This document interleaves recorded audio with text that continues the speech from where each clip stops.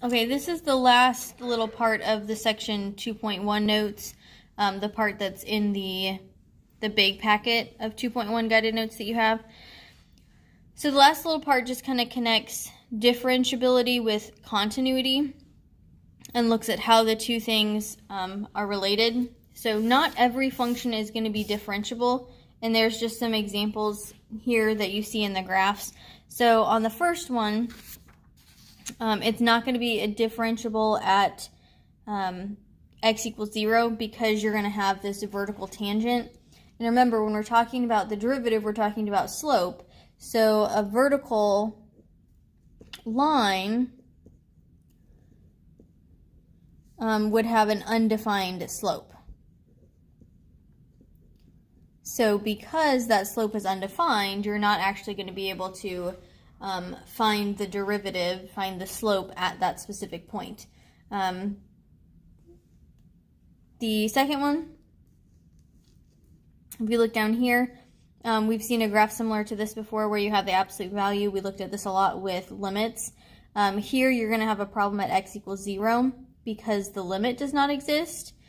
At x equals 0, the limit does not exist. So there's going to be no derivative at x equals 0. Okay, because remember, when we're doing the derivative, we're taking the limit as delta x approaches 0. So we can't approach 0 here, so there's no derivative there. So notice that's where it has a gap where it's not continuous. Here, kind of a new term. This would be an example of y equals x to the 2/3 function. You have this point right here that's called a cusp, and you can't draw a tangent line here just because there are so many different ways you could draw a tangent line there. So this function would not have a derivative at x equals 0. And same thing with the last one here. With your absolute value, you have a node because it just comes to that specific point. So at x equals 0, you would not be able to find the derivative. So our functions are still continuous here, but then right here they weren't. So continuity, just because a function is continuous, does not guarantee differentiability. Differentiability implies continuity. So if a function is differentiable at x equals c, then it's going to be continuous at x equals c. All right. So that kind of finishes up those notes. The last little thing that we need to do before you can do all of the homework problems is just to review how to write an equation of a line. So I should have passed out these notes to you. If not, ask for them, so I remember to give them to you. To write the equation of a tangent line, you're going to first use the difference quotient to find the slope of the tangent line at the given point. So we've done that part before. And then we're going to use point slope form to find the equation of the line. So you do have to make sure you remember your point slope form. And the point slope form for the equation of a line is y minus y1 equals m, that's your slope, times x minus x1. Okay. So if I want to find the equation of the tangent line, the first thing I'm going to do is find the derivative. So we're putting x plus delta x in, wherever I see the x, and then subtract the original all over delta x. So if we work that out, we're going to have the limit as delta x approaches 0. X squared plus 2x delta x plus delta x squared plus 1. Don't forget to distribute all over delta x. So remember, we should be able to simplify all of the terms that do not have a delta x and then be able to factor out a delta x from what remains. So this is going to give us 2x plus delta x all over delta x. So that simplifies. And when we do the limit of 2x plus delta x, that's going to come out just to be 2x. So remember, this gives us our formula for the derivative. So the slope, we'll do m equals 2x, and I want to find it at the point 2, 5. So if I substitute 2 in there, 2 times 2, my slope is going to come out to be 4. So to write the equation of the line, we're going to have y minus my y coordinate, 5, equals the slope times x minus the x coordinate.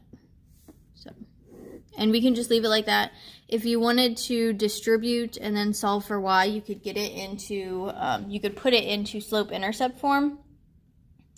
And you can do that if you want to, but it's okay to just leave it in point-slope form too. Okay. All right, so we can go through a few more of those examples. I'm going to do the second example here, and then you've got a couple more problems on the back. If you feel like you need to do them, you can. Otherwise, you know, you should be used to this part by now. It's just writing the equation that we had to make sure you remembered how to do. But we'll go ahead and walk through number 2. So the limit as delta x approaches 0. We have 1/2. We're going to put x plus delta x in there. And then subtract the original all over delta x.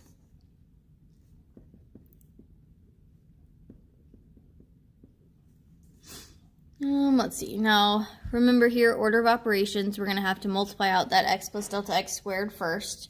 So we're going to have x squared plus 2x delta x plus delta x squared. And then we can distribute that 1/2.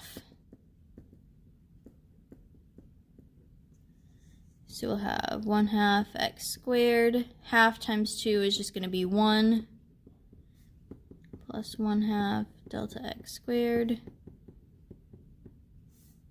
all over delta x. So we simplify those terms out. Everything that's left has a delta x. So we're going to factor out a delta x from the numerator and simplify that with the denominator.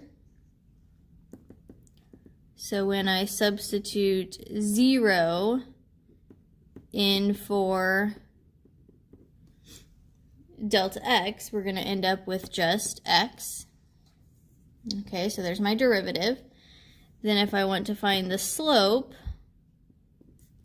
and we're using the point -4, 8, so my slope is just going to be my x coordinate. Slope is -4. So if we write the equation, y minus y equals m, x minus -4, so really x plus 4. And then that would be your equation of the tangent line. Okay. So there are 2 other problems on the back. If you want to go ahead and try those, you can. Otherwise, you can continue on and should be able to finish up the rest of the homework problems. All right? Ask if you have questions.